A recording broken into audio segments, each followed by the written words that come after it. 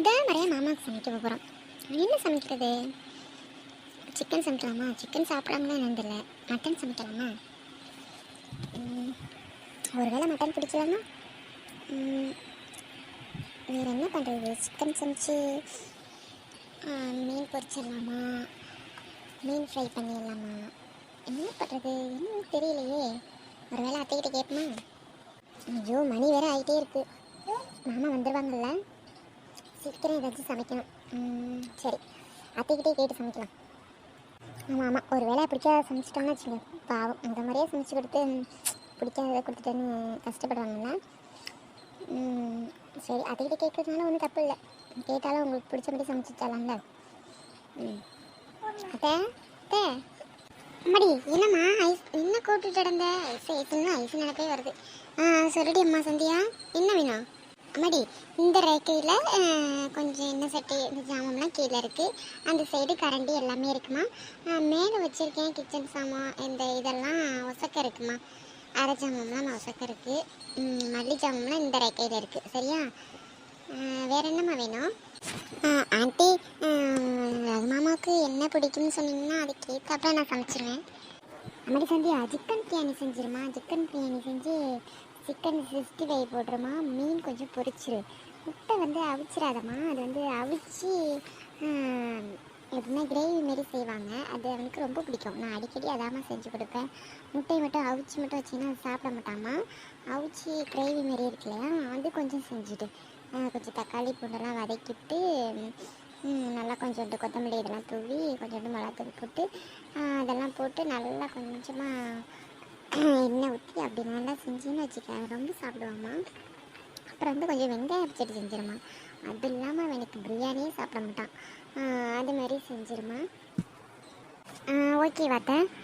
அப்புறம் உங்களுக்கு என்ன வேணும்னு சொன்னீங்கன்னா அதையும் செஞ்சுருங்க. அம்மாடி, எனக்கெல்லாம் தனியாலாம் எதுவுமே வேண்டாம்மா.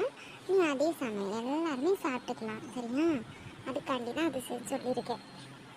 ஓகேக்கா. இப்போ உங்களுக்கு டீ காப்பி எதுவும் வேணுமாத்த?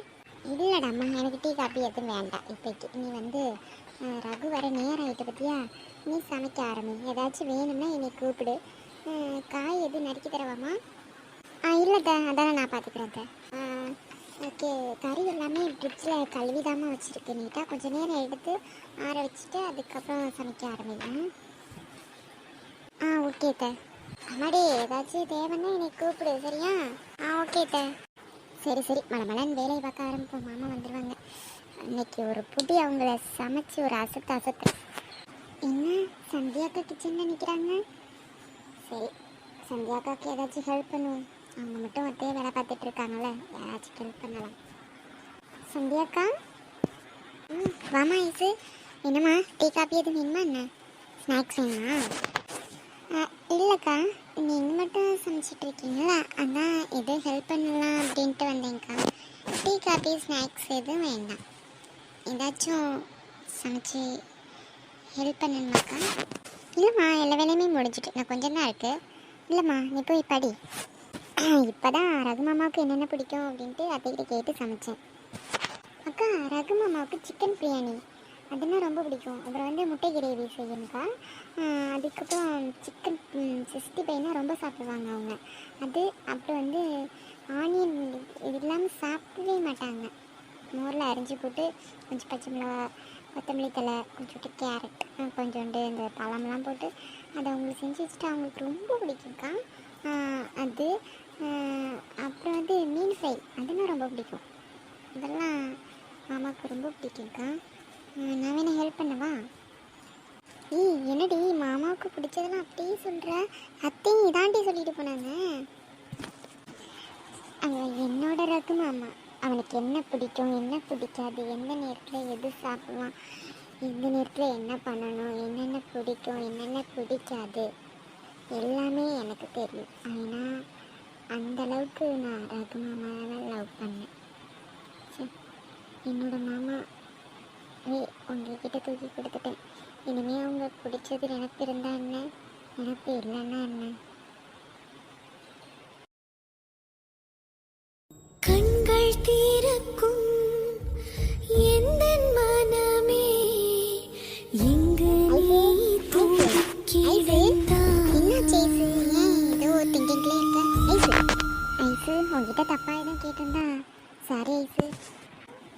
சந்தியாக்கா அப்படியெல்லாம் இல்லைக்கா.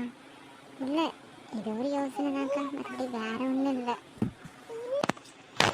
நீ போய் படிடா. அப்படி இல்லைன்னா கொஞ்ச நேரம் ரெஸ்ட் எடு. இன்னும் கொஞ்சம் தான் இருக்குது. சமைச்சு முடிச்சிருவேன்னா மாமா வந்துடுவாங்க. எல்லாம் சேர்ந்தே சாப்பிட்லாம். சரிக்கா. அப்புறம் ஏன்னா இது இருந்தால் எடுத்து போடுங்க, நான் கழுவி வச்சுட்டு போகிறேன்க்கா.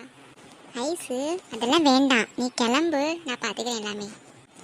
சரிக்கா, ஓகே.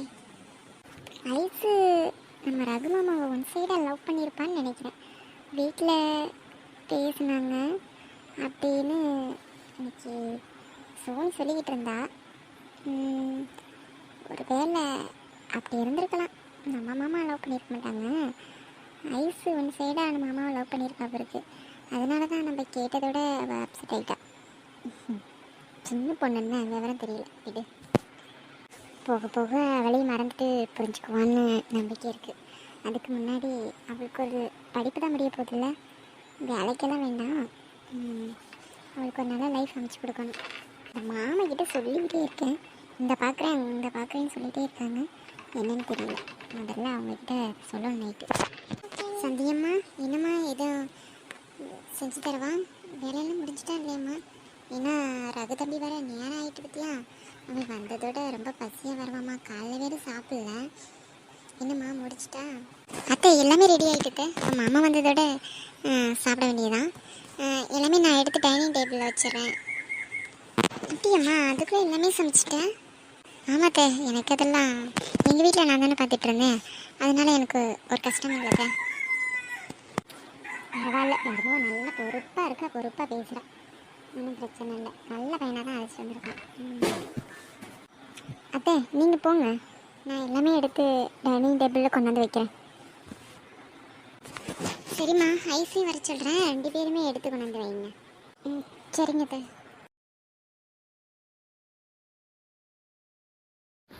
சந்தியம்மா, சந்தியா, ஏய் சந்தியா குட்டி. ஓஹோ, மாமா வந்தாச்சு இருக்கே. வரேங்க. என்ன வீடே ஒரே கமகமன் பிரியாணி வாசனையா இருக்கு. ஓ, இன்னைக்கு சந்தியா குட்டி சமைக்க சொல்லிட்டு போனோமா? அவளோட வேலை தானே அது. வாசனையும் ரொம்ப நல்லா இருக்கே. பார்ப்போம் அவளோட கைப்பக்குவம் எப்படி இருக்கு பார்ப்போம். அநேகமா வாசனை நல்லா இருந்தா வாயில வைக்க முடியாதுன்னு சொல்லுவாங்க.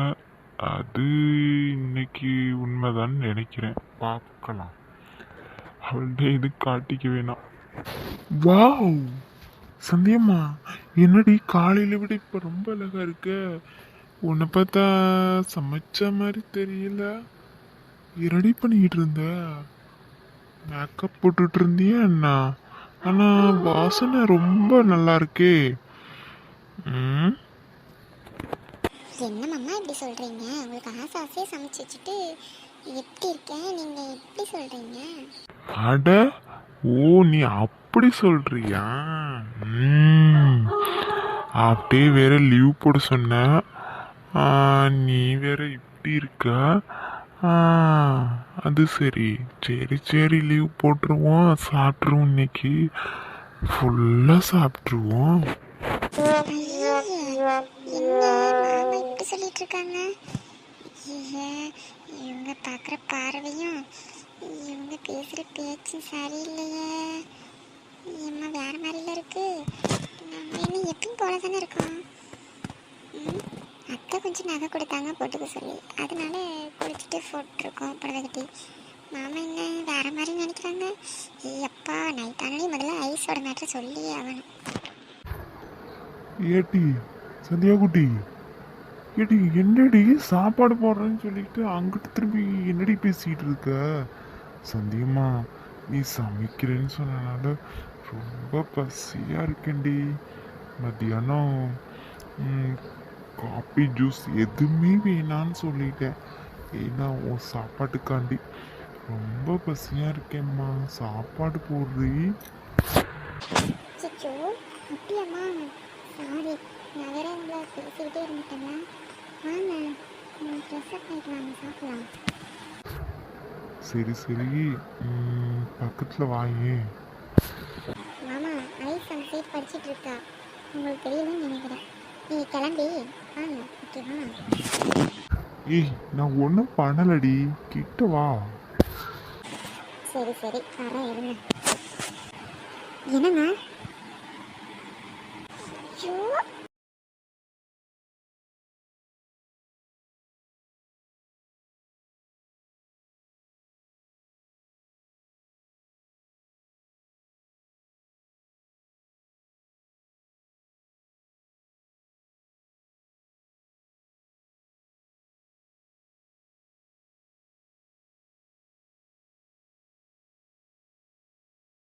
என்ன சொல்றீங்க நீங்க? அக்கம் பக்கத்துல எல்லாம் ஆள் இருக்குன்னு சொல்றேன். விடுங்க மாமா.